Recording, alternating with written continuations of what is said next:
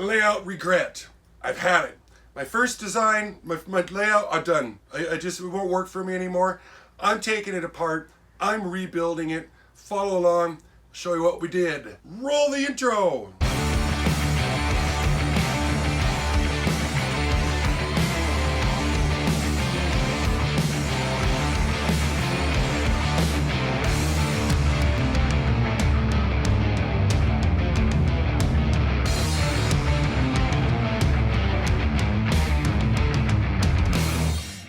Hello, I'm Ron with Classic Model Trains. I've decided that I'm going to build a point-to-point. When you go through in your train experience, you might find that you enjoy running them around and watching them chase their cabooses. Some guys, they like to do switching. Some guys like to model, and they don't even operate at all. And I'm leaning more towards the modeling end, and maybe some switching. So I'm going to change it out to build myself a shelf layout. A point-to-point with a big switching yard in it.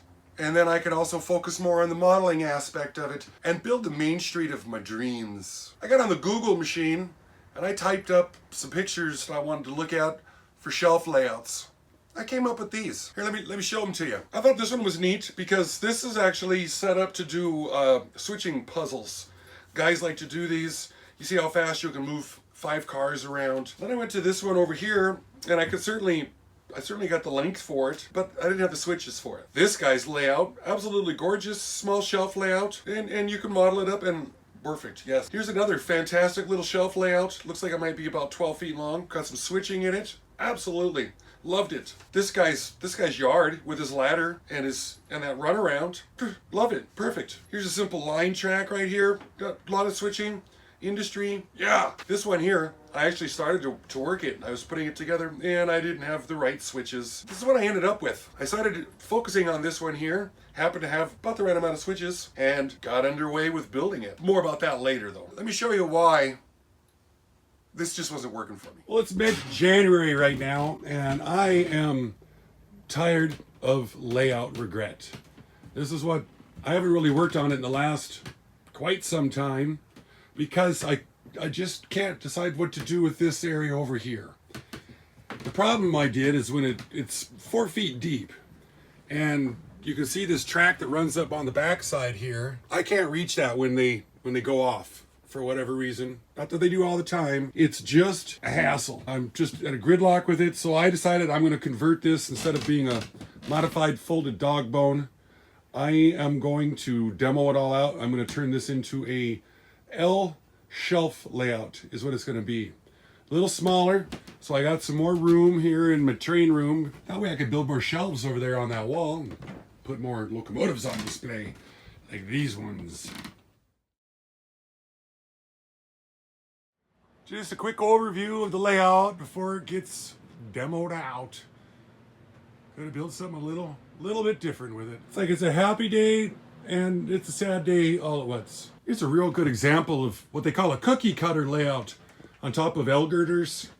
So when you just cut plywood out to fit the radius of your track, and then if you have different elevations, then you build these to put different heights up. I read about this. Seems like this is how the old boys did it in the 70s, and it works for me. Here you can see the bus lines running, and then the drops that were every so often pop. Oh yeah. Well, after really only a few short hours, this is what we're down to now. We're going to shorten this one up because it's 4 feet wide by 12 feet long, and soon it's only going to be 30 inches wide. So that way I can reach the back. I can turn the thermostat up. See, I can't get to it, and it's kind of a hassle. So now we're down to the original L girder design of the original layout. I can reuse this because of the modular way that it is. And I've busily constructed a 30-inch wide shelf out of 1x4s that'll bolt on top of that L girder base system. And then we got some 3/4 AC sanded plywood underneath there that's going to make a fantastic top for it. Now we got the new sub base put on. Subfloor? Could be. Yeah. And I've got the overhang over here, and of course you can see it's pushed up tight against the wall. So that way when I'm walking around, my feet don't hit the legs. See, I hate that. I want to be able to get in here and I don't want my feet hitting the legs. Well, this is what we've come up with after a long day's work, I guess. Of course, I broke that up into 3 days. So now I've got 30-inch shelves over here and over here. I laid out all the switches to play with. And, well, I sure seem to have a lot of switches for some reason. Oh, it's like $300. I hate this part the most.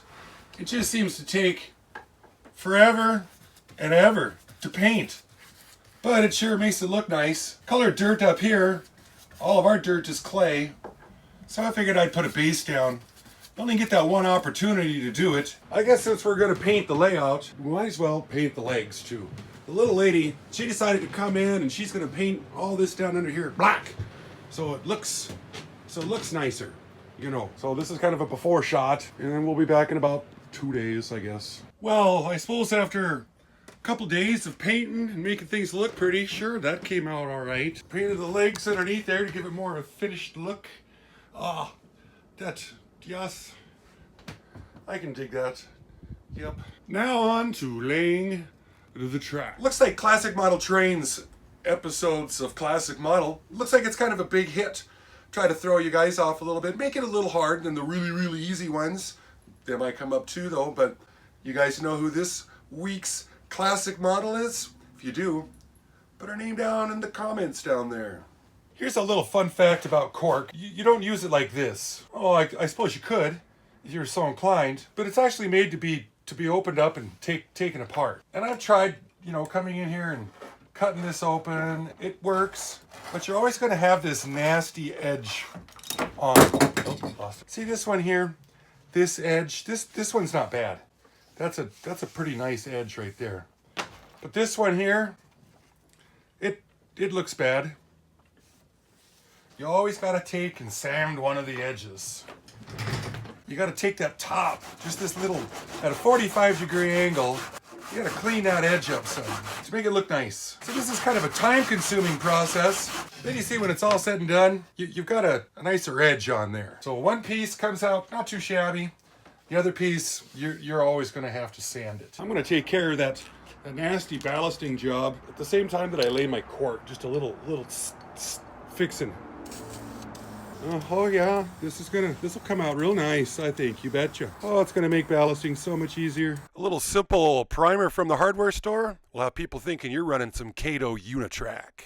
I decided I'm gonna put a 30-inch radius up around here. Got my straight line coming in. I've got 2 nails here. And these nails, they're 30 inches apart. I've got me a fancy radius drawing machine that I made here, which is just a pencil on a string. I'm gonna tie this around there until I get to my 30-inch mark. I want to make sure it doesn't move. And there's my 30-inch radius. Easy peasy. I drew a line on my layout where I'm going to put the center line of the cork at. So when you're laying the cork, as you see you just put the line right on there. Make sure to stagger your ends so that way your cork, get this out of the way. So you got a joint here. Then you put a joint over here. Here's that 30-inch radius that we just drew. So I'm going to lay some of my cork down, then we can start working on getting the track in. Then you just keep this going straight down the line. So of course, after you're done painting all your cork, I'm nailing it down because the last time I glued it down, and then when I decided to change my mind, I had to throw all that cork away because you can't scrape it up. So there's just little teeny tiny nails. Every so often, holding this in. Double line we put in. We are getting ready to put some track down. So you know how they always say, don't end your flex on a bend. Well, this one's got 2 more inches of bend going on here. So I'm going to solder it before I finish off the bend. I've cut off the plastic ties. Use one of these little fellers and you get underneath there and you nip out. And you slide the tie off the end. We're going to solder it, so we're going to put some paste flux underneath here, and we're going to do over here. Yeah, paste flux is really what makes one of the 2 key components to making a successful solder joint. Get yourself some nice rail connectors. Now you put your inside rail, the rail that moves, put that on the inside of your turn, because it's going to be crooked now, but when we get all said and done, it'll come around. I'm going to eyeball down it. Oh, that's a straight joint right there. You can rest assured. I got my rail connectors centered up in there as much as a guy can. Got my nice soldering iron out here. We're going to heat this up. And this iron of mine, I got it set to 650 degrees Fahrenheit. Once you get it nice and hot, it'll flow. It'll flow in there. You want to do it on the outside where the flanges are not. Now there's some solder flux on there, so we'll come in and clean it up. And of course, when I'm all done laying track, I'm gonna clean the rails really good before I try to run something on it. Now that joint is soldered, and we can bring this around, finish off this turn. We're not gonna have a buckle. It's not gonna buckle right there. It's gonna look really nice. Let me get you in here. Yeah, sure. This here's a pin vise, but this is a really nice pin vise because you push this down and it does the drilling for you. So when you cut off your ties that don't have a hole in it, get your pin vise out here, get it centered up real nice. Give her some of these, get that hole in there, then use some tacks. These are about 1/2 inch long. You don't got to drive it all the way through. It's not going to China. I'm using wood so I can nail it down nice and I can change it at will. I'm not gluing it down or nothing like that. Old little tiny chunks of track like this. Pull these rails out. How many do we need in there? It's like we need 4 ties. We really cut them off. Do this right there and then. You might as well. I mean, you're right there. But here's the important part. Get one of these chisel blades right here. And you got to cut off these nubs. Little nubs right here. You got to cut off the inside of one and you got to cut off all the others. Maybe a guy could Dremel them off. Might be easier. Hell, I don't know. We're going to take that and slide it underneath here. That's why you cut 3 of them little tits off, and you line it up, and you make it pretty, and then looks like that when it's all said and done. Where's the splice? I don't know, because I did such a good job putting it in. Do it each time. That way, 5 years later, you don't have to come by and fill them in. That's just me.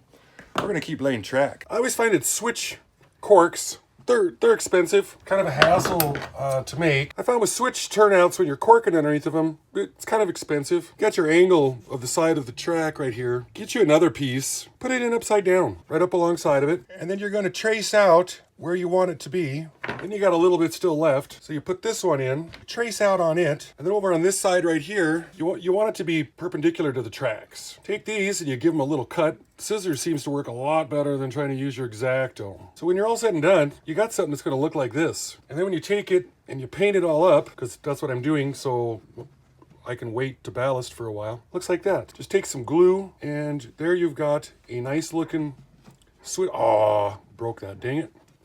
A nice looking transition for cork on your switch. Then you can just add your cork in over here and keep on going, and it looks really nice. And then when you ballast it, of course, you'll never know. You know, when you're laying your track in, I like to use one of these 36-inch long steel rules, and you hold it, up on the edge here when you're nailing it down. So that way you can make them tracks that are just, they're supposed to be straight. They don't have to be, but if you really want straight tracks, there's a lot of effort involved in it. In my yard over here, I decided to paint it gray, so ballasting. And my last yard, I put cork under the yard, and everybody says, don't do that, because the yards usually don't have that much road base under them. So that's why this stuff is down like this. So all that pre-painting, that's what really makes it pop, Here's the fiddle yard. And there's names for all these little ladders and the driver, what's that called? The drive around. And the siding, the passenger siding, and all this stuff. So it just slowly leaks out of your fingers. Did I have a plan? Sort of. But did it change? Yes. Well, the time has come where I need to start turning some of these locomotives and these train sets that I've been fixing up. I can't run them all. They deserve to live and be loved and somebody to run them. So I've decided to open myself up one of them eBay. Well, I don't have a store, but classic model trains. If you can search up a particular user, you'll find some of these train sets that have been restored, that have been on the video. You can buy them. I've got them, they're movie stars now. So we don't want them to rot away in the back lot or in a dresser drawer somewhere and be forgotten like movie cars do. We want these to be loved. So check it out. I'll always be adding new stuff to it. On the eBay, Classic Model Trains is my username. Should have a picture of me. And you can see the stuff I got for sale. I did a little revamping of my control panel here. Last time it was flush. This time we're gonna hold, make it so I can see it when I'm standing up. And I built these little holders right here. They need just a little bit more. I took some screws and just ran it in, enough to hold the thing. And I cut the heads off with the Dremel, but they just need something more. We'll put some heat shrink tubing on there, cut them to the appropriate length, take the old hair dryer after it, see if this will make it look a little nicer. Oh, sure. That works. I really dig that. Yep. I'm sure you guys have seen these for holding your NCE power cab controller. And they work really nice. You gotta have some deep fascia because it sits up like that. You really want the thing down so it doesn't ruin your lines. But you'd have to have fascia that's almost a foot deep. So that's why I just decided to do this. And that'll hold it. That works. The pride of my fleet, the Control Master 20 2.0, I don't know. I put some brackets on it. You can see those up underneath there. So I can mount this sideways under the layout, keep it out of the way. Yes, this is getting, what if I had my thumb in that shot the whole time? That makes just for a real nice installation right there. I've decided to go with the Walther's Street Systems because it's got sidewalks and it's wide and it's probably scaled out. Maybe it'll look nicer. I'll find out. I'm gonna work on it. Expensive though. This one here's $18, and then you gotta buy street extensions. This is the intersection. But be careful. They use the same picture in here for the asphalt as the concrete. And then you'll buy it and then you won't know, and then you'll come home and then half your road will be asphalt colored. Well, asphalt colored. And the other half will be concrete colored. So you really got to read the words on the, but well, let me show you what it looks like. So this is how the Walther's Street System comes out, once you've been working on it, gluing it. There's a lot of things to do to it. It's got a slight crown to it. That makes it neat. And most city blocks are 331, 311. Well, they're big. So if you take that and you divide it by 87, it comes out to be 42 inches for an HO city block. Trying to design this right, And then your buildings on the cities, they don't have any windows in the side because they're butted up like this. And all my models, they've all got windows. Most of them do. Them nice people down there at Walther's, they're building these, well, at this company that you could sponsor me, but currently they don't. They got these Merchant Roast series. They're up to number 6 right now. The one, and you got to buy these for your main street because the buildings, they touch. They don't have any windows on the side. So these work out really nice. Unless you got a bunch of old buildings that you don't care, butt them up. But I'm going to go this route to make the main street look as neat as possible. So now I have to redesign all my buildings, and it just never ends. Never ends. Well, the layout looks functional, but it ain't wired up yet. Control just got put in just a couple days ago. I got to get underneath of it, and I got to put in bus wires and drops and stuff. Maybe I'll shoot a little footage on that and show you guys how I go about putting in bus wires and drops, and also how I make the layout do DC and DCC, not at the exact same time, but it can do either one or the other. So, because, guys like to flip-flop between the two worlds. Thanks so much for watching. Bye-bye.